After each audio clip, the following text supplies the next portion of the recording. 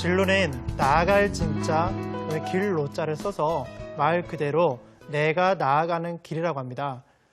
진로 발견의 최종적인 목적은 내가 내 삶에 진정으로 내가 좋아하고 잘할 수 있고 옳은 일을 통해서 진정으로 이 사회에 도움이 될 수 있는 어떤 직업, 그리고 그거 가지고 내 꿈을 이루는 것이 진정한 목적이라고 할 수 있습니다. 근데 이런 목적을 발견하는 과정 속에서도 늘 장애물은 존재합니다.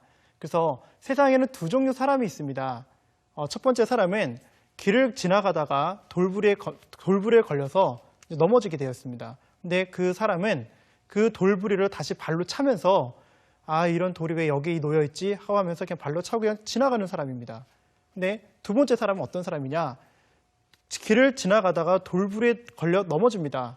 그리고 그 돌을 유심히 쳐다본 다음에 그 돌을 주춧돌로 삼아서 그 위에 인생의 집을 짓는 사람이라는 거죠.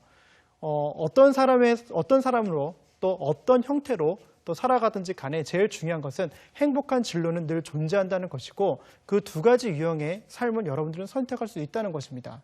자, 그렇다면 여러분들은 그 삶을 선택하기 위해서 가장 필요한 건 무엇일까요? 그건 바로 진로를 발견하는 건데 진로를 발견하는 데 가장 중요한 건 세 가지가 있습니다. 첫 번째는 직업 정보에 대한 정보를 상당히 많이 알고 있는 것이 중요하고요. 두 번째는 자기 자신에 대한 고정관념을 깨는 것입니다. 세 번째는 그 고정관념을 바탕으로 나온 낮은 자존감을 회복하는 일이죠. 이 세 가지를 해결할 수 있는 방법은 여러 가지가 있습니다. 먼저는 첫 번째, 직업에 대한 정보를 찾는 부분들을 좀 말씀을 드리고 싶습니다. 보통 직업 정보를 찾을 때 보통 많은 친구들이 그냥 대다수 그냥 직업을 그냥 알아보고 혹은 직업 대백과사전을 알아보는 데 거의 그치게 되어 있습니다. 그러나 그런 직업 정보 사전 같은 것들을 보통 알고 보면은 본인들이 실제로 경험하지 않았기 때문에 읽어도 무슨 소리인지 잘 모르는 경우가 상당히 많이 있다는 거죠. 그래서 최근에는 노동부라든지 많은 이제 기관에서 직업 체험과 관련된 마을들이 조성이 되어 있지만 더욱더 중요한 것은 내 피부에 닿는 직업에 대한 정보를 파악해 보는 것이 상당히 중요합니다. 그래서 얼마 전에 저는 이제 새로운 또 책을 쓰기 위해서 학생들에게 서울시에 있는 3,000명 학생들에게 일부러 조사를 했습니다. 그래서 초등학교 1,000명, 중학교 1,000명, 고등학교 1,000명 대상으로 조사를 했습니다. 그래서 그들에게 어떤 질문을 주어졌냐면 당신이 알고 있는 직업에 대한 정보를 개수를 쓰시고 또 그것이 왜 되고 싶은지 또 어떤 직업에 대해서 알고 있는지 구체적으로 적어보라고 했습니다. 그랬더니 1,000명의 학생들이 썼던 것을 쭉 이제 페이퍼로 분류를 해보니까 참 안타깝게도 공통된 직업들이 묶여져 있는 것이 20개 이상이 넘지가 않았습니다. 대다수가 의사 선생님, 학교 선생님, 변호사, 판검사가 전부였습니다. 그래서 직업의 개수가 20개를 넘지 않았습니다. 무려 1,000명의 학생들이 말입니다. 자, 반면에 또 중학교 학생들에게 또 똑같은 질문을 갖고 또 이제 얘기를 했습니다. 그래서 알고 있는 직업에 대해서 쓰고 그 직업에 대해서 어떤 일들을 하는지 구체적으로 알고 있는지를 써보게끔 시켰습니다. 그런데 마찬가지로 그나마 초등학교보다는 좀 나아요. 그래서 30개에서 40개 사이밖에 잘 못 썼습니다. 예. 마찬가지로 또 고등학교 학생들에게 마찬가지로 또 네가 알고 있는 직업에 대한 개수를 나열을 해보고 각각 어떤 일들을 하는지 한번 써봐라 했더니 이 친구는 마찬가지로 50개에서 70개 사이에서 왔다 갔다 하더는 거예요. 자, 뭐에 대한 문제일까요? 자기가 알고 있는 직업에 대한 개수가 채 100개도 되지 않는다는 겁니다.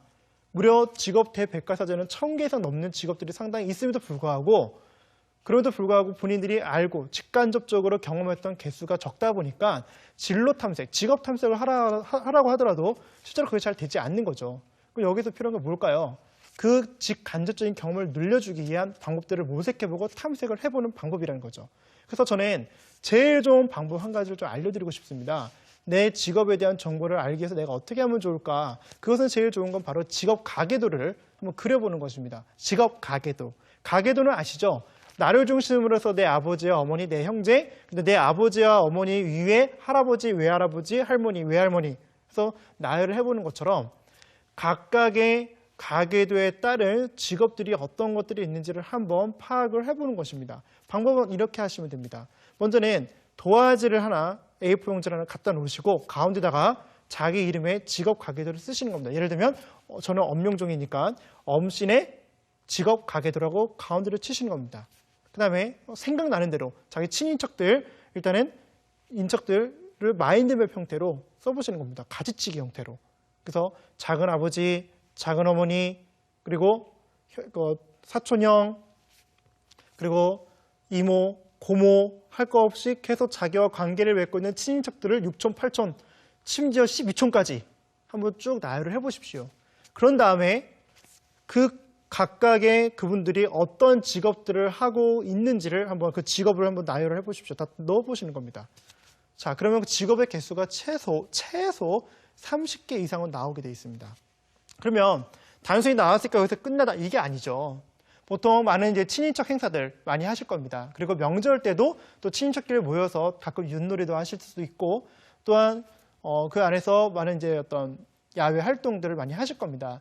그러나 에듀테인먼트라고 하죠. 좀 더 의미가 있고 학습이 될 수 있던 어떤 그런 친인척 모임이 되기 위해서 필요한 것은 그 학생들끼리 같이 함께 모여서, 가족끼리 모여서 직업 가계도를 각자 짜온 걸 가지고 실제로 직업 인터뷰를 해보는 것입니다. 첫 번째는 그 직업에 대한 정보, 그 직업이 실제로 어떤 일을 하고, 그다음에 그 직업을 통해서 실제로 어떤 것을 우리가 얻을 수 있는지, 그리고 두 번째는 실제로 그 직업을 이제 선택했을 때 어떤 대가를 치러야 되는지, 그리고 그 직업을 이제 준비하는 과정 속에 내가 지금 무엇을 준비해야 되는지, 네 번째가 그 미래에 대한